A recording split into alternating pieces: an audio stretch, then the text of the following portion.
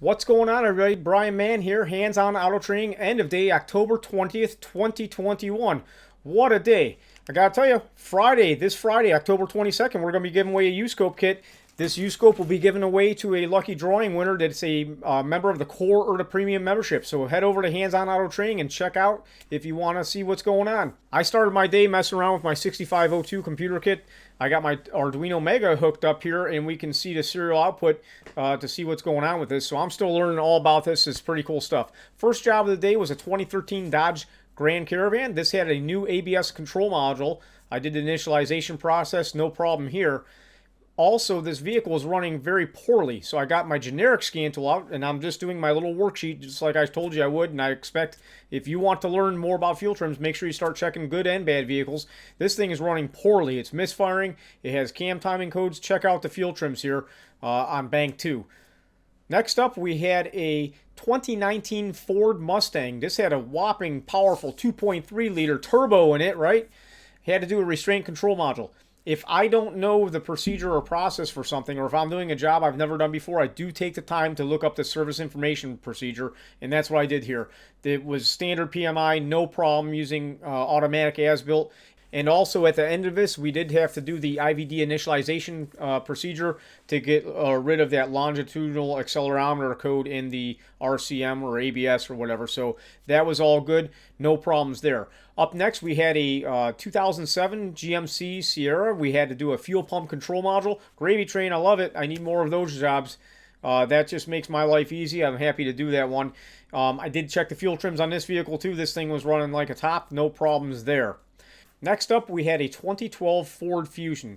Now, this vehicle is a YouTube subscriber of mine that is in the area, and he does locksmithing work and whatever, and he was asking if I could take a look at this. So I spent a lot of time on this, and this vehicle had all kinds of problems. Originally, when I got on site, we had no communication with the engine control module or the transmission control module. I had these transmission control modules go bad. I know for sure about a year ago I had one, and literally unplug it, and then all of a sudden you can communicate with the engine control module. This vehicle was already up in the air, the wheel was off, and I unplugged the TCM and had no change in my situation.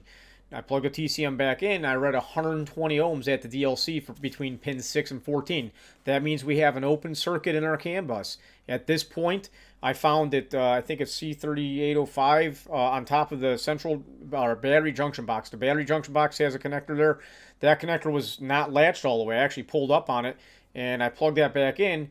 And then I still had no communication until I unplugged the TCM. So I was on the right track, but we had a couple things going on. But get this, after I unplugged and replugged the TCM in, communication came back. So I'm kind of baffled at that. However, we still had a no crank, no start situation. This was pretty interesting. I spent quite a bit of time. The PCM is getting the crank request and the okay to start signal, should I say, but it's not commanding the relay. It says starter command is inactive. And I was looking for this park neutral input. I hear a lot about that from the TCM going to the PCM being missing. And we have some other things going on. This thing's been around the block. It's got a lot of slice and dice wires and a couple other things going on. So I don't know what's going on. I'll probably have to get back there. After that, I went to program a TCM in a 2012 Ford Focus. And this vehicle had an issue as well. The TCM programming, it kept on saying invalid part number installed. It was a remanufactured unit from online somewhere, and I think it's just the wrong module. Ever since they put this in, they can't get the vehicle to out of park, and the shift interlock's not working. I can't even relearn the trans range sensor.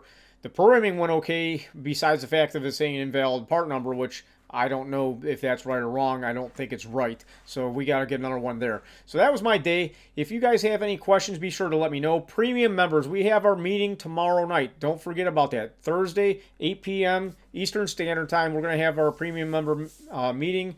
I'm looking forward to going over some stuff about the 6502 computer that I'm playing with. And also, we're going to do one or two case studies. I want to go over that ignition waveform from that Hyundai from the other day. Pretty straightforward stuff. But those files are on the membership's website on the premium side. So you guys can download those before the meeting.